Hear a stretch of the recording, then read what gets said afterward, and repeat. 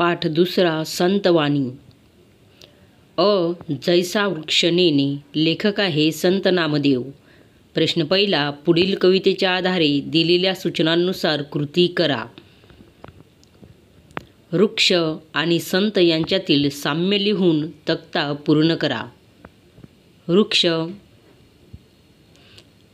वृक्ष मान अपमान जाणत नाहीत. संत निंदा स्तुती समान मानतात.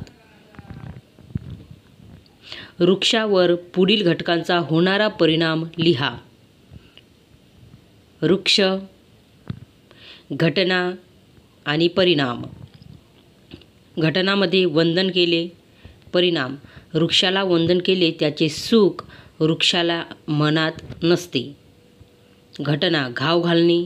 परिणाम, वृक्षाला तोडण्यासाठी घाव घातला तर तोडू नका असे म्हणत नाही. प्रश्न, पुढील विधानांपैकी सत्य विधान ओळखून लिहा. नंबर 1, संतांचे वर्तन वृक्षाप्रमाणे असते. नंबर 2, संतांना सन्मानाची अपेक्षा असते. नंबर 3, संत निंदा आणि स्तुती समान मानत नाहीत. नंबर 4, संत सुख आणि दुःख समान मानतात. उत्तर आहे संतांचे वर्तन वृक्षाप्रमाणे असते. प्रश्न, खालील काव्यपंक्तींचा सरळ अर्थ लिहा. अथवा कोणी प्राणी येऊनी तोडिती, तयान म्हणती छेंदू नका. उत्तर, वृक्षाला मान अपमान याची काळजी नसते. कुणी त्याची पूजा केली तरी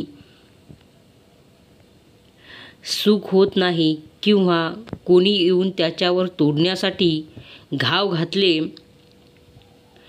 तर त्या माणसांना ते मला तोडू नका असेही म्हणत नाही. अशा प्रकारे वृक्षाचा मान अपमान समान असतात.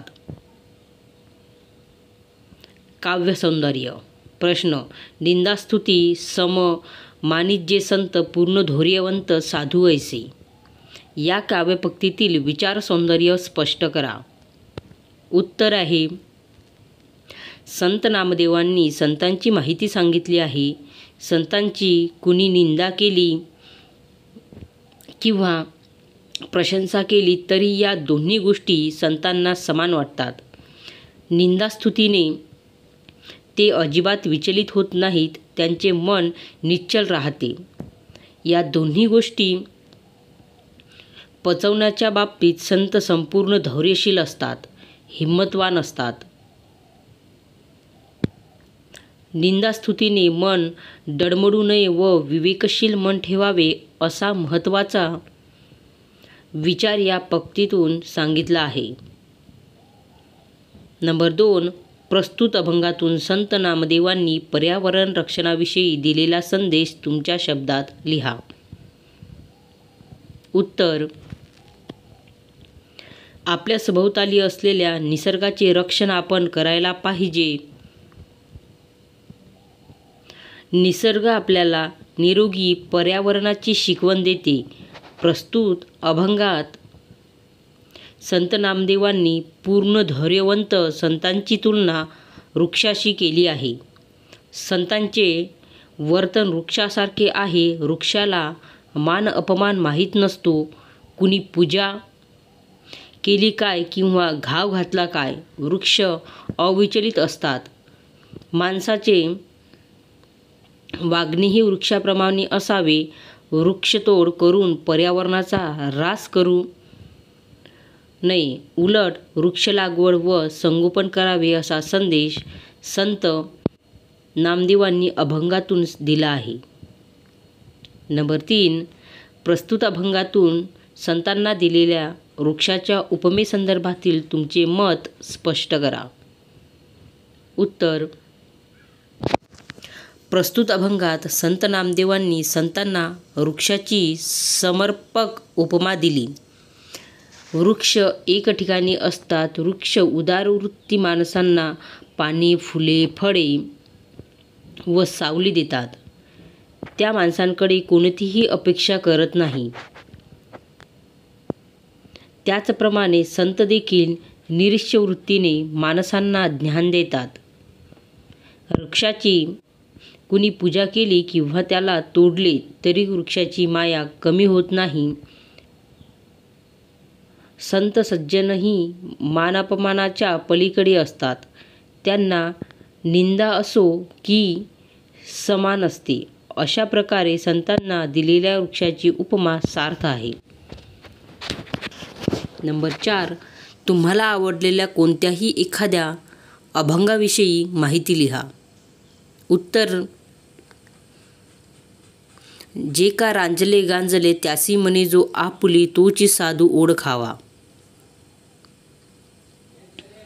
देव तेथीच जाणावा हा संत तुकाराम महाराजांचा अभंग मला खूप आवडत आहे.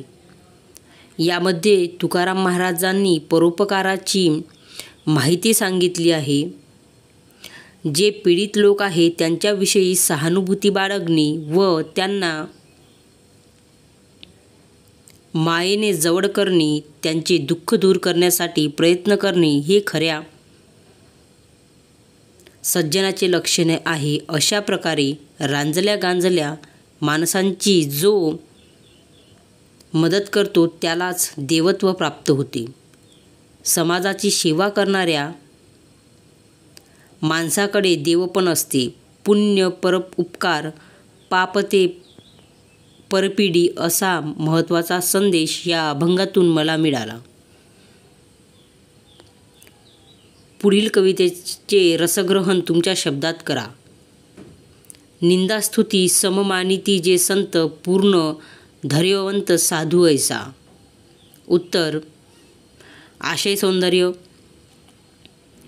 जैसा वृक्ष नेणे या अभंगामध्ये संत नामदेव यांनी झाडाला प्रतीक वापरून संतांची माहिती सांगितली आहे. संतांचे वागणे मानापमान व निंदास्तुती यांच्या पलीकडे असते. तशी आपली वागणूक ठेवावी, स्थिर मनाने वर्तन करावे हा संदेश या अभंगातून दिला आहे. काव्य सौंदर्य. झाड तोडले किंवा झाडाची पूजा केली तरी झाडाला दुःख होत नाही. त्यांना मानअपमान वाटत नाही. संत सज्जन झाडासारखे असतात. निंदा व स्तुती त्यांना सारखी असते. स्तुतीने ते खुश होत नाही तर निंदेने नाराज होत नाही. ते पूर्ण धीराने आणि स्थिर बुद्धीने वागतात. अशा धैर्यवंत साधूंचे गाठ पडणे म्हणजे प्रत्यक्ष परमेश्वराची भेट होणे होय. भाषिक वैशिष्ट्ये. अभंग हा प्राचीन लोकछंदची रचना आहे. पहिल्या 3 चरणात 6 व चौथ्या चरणात 4 अक्षरे असा हा मोठा अभंग आहे. झाडाचे सर्वमान्य वापरून साध्या सुबोध भाषेत कवितेचा आशय पोचवला आहे. नेमके तत्त्व सांगून लोकमानसाला योग्य शिकवण देण्याची विलक्षण हातोडी सांगितली आहे. प्रश्न. पुढील कवितेवर दिलेल्या मुद्द्यांच्या आधारे उत्तरे लिहा. कविता संतवाणी. जैसा वृक्ष नेणे. नंबर 1. प्रस्तुत कवितेचे कवी किंवा कवयित्री कोण? उत्तर आहे संत नामदेव. नंबर 2. कवितेचा विषय. उत्तर आहे या कवितेत संत सज्जनांची माहिती सांगितली आहे. नंबर 3. कवितेतून मिळणारा संदेश लिहा. उत्तर. संतांचे वर्तन जसे मान अपमान याच्या पलीकडे असते, निंदास्तुती ते मानत नाहीत, तशी आपली वागणूक ठेवावी, स्थिर बुद्धीने वागावे हा संदेश जैसा वृक्ष नेणे या अभंगातून दिला आहे. नंबर 4. कवितेचे भाषिक वैशिष्ट्य. उत्तर. सर्वसामान्य माणसाला समजेल असा हा अभंग लोकछंद या रचनेत वापरला आहे. सध्या सोप्या भाषेत कवितेचा आशय पोचवला आहे. यात दुसऱ्या व तिसऱ्या चरणात यमक साधलेले आहे. लोकमानसाला परमार्थाची शिकवण सहजपणे देण्याची कौशल्य साधले आहे. समानार्थी शब्द लिहा. वृक्ष समानार्थी शब्द झाड, तरू. सुख समानार्थी शब्द समाधान, आनंद. सम समानार्थी शब्द सारखेपणा किंवा समान. विरुद्धार्थी शब्द मान, त्याला विरुद्धार्थी शब्द अपमान. निंदा विरुद्धार्थी शब्द स्तुती. सुख विरुद्धार्थी शब्द दुःख. विधाने पूर्ण करा. नंबर 1. संत सज्जनांची भेट होणे म्हणजे रिकामी जागाची गाठ पडणे होय. उत्तर आहे संत सज्जनांची गाठ पडणे म्हणजे जीवाशिवाची गाठ पडणे होय. नंबर 2. कुणी वृक्ष तोडला तर वृक्ष त्याला रिकामी जागा नका असे म्हणत नाही. उत्तर कुणी वृक्ष तोडला तर वृक्ष त्याला तोडू नका असे म्हणत नाही.